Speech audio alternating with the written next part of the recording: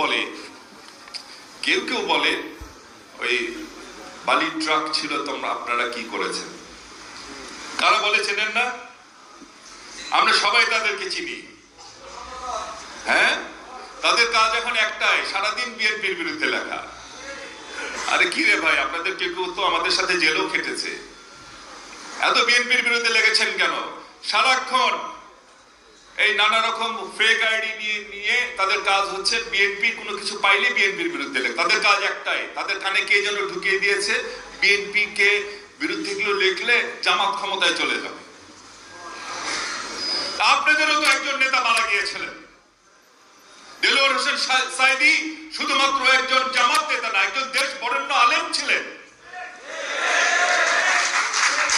ওনার লাশটাকে পর্যন্ত আপনারা রাখতে পারলেন না। এত বড় বড় কথা বলেন কেন? আমাদের মুখ খোলাবেন না, বললে মুখ খুললে কিন্তু অনেক কথাই আমাদের বলতে হবে। আর আপনারা তো ধর্মকর্মের কথা বলেন, ধর্মকর্মের কথা বলেন, ধর্মকর্ম কিছু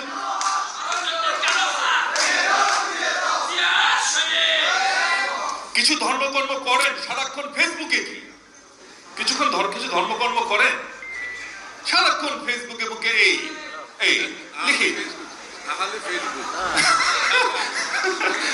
অসীম নাম দিয়েছে আহলে ফেসবুক।